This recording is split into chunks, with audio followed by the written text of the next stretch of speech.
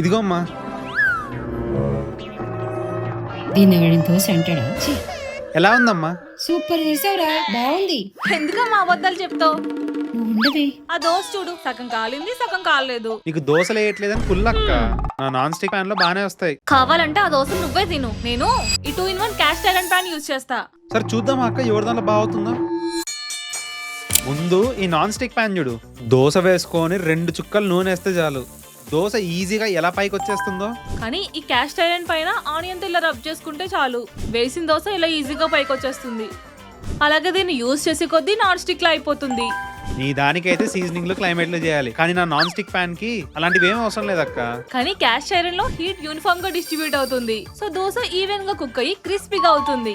మరి నీ దాంట్లో అంటే పర్లేదు, అవుతుందిలే, బానే అవుతుంది. చాలే చూస్తేనే అర్థమవుతుంది. ఇంకా ఈ ప్యాన్ ఇలా ఫ్లిప్ చేసుకుంటే దీనిపైన పన్నీర్ లేదా చికెన్ లాంటివి గ్రిల్ కూడా చేసుకోవచ్చు. అంతేకాదు ఇంకా ఈ క్యాస్ట్ ఐరన్ ని ఎలాంటి స్క్రబ్ తో అయినా ఈజీగా క్లీన్ చేసుకోవచ్చు. నాది కొంచెం సెన్సిటివ్లే, ఓన్లీ సాఫ్ట్ స్క్రబ్ మాత్రమే యూజ్ చేయాలి, లేదంటే నాన్ స్టిక్ పోద్ది. కరెక్ట్ గా చెప్పాలంటే అసలు నాన్ స్టిక్ వాడమే మంచిది కాదు. ఏ అవన్నీ కాదు, ముందు టేస్ట్ చేద్దాం పద. అమ్మా, ఈ రెండిట్లో ఏ దోశ బాగుందో చెప్పమ్మా. ఈ రెండిట్లోనా? అక్క వీడియో చేస్తుంటాడు. ఈ దోశ బాగుంది. అసలు ఇది దోశే కాదు. చెప్పానా క్యాస్ట్ ఐరన్ దోశలే బాగుంటాయి. మరి ఈ రెండిట్లో మీరేది బెస్ట్ అనుకుంటున్నారో కామెంట్ చేయండి.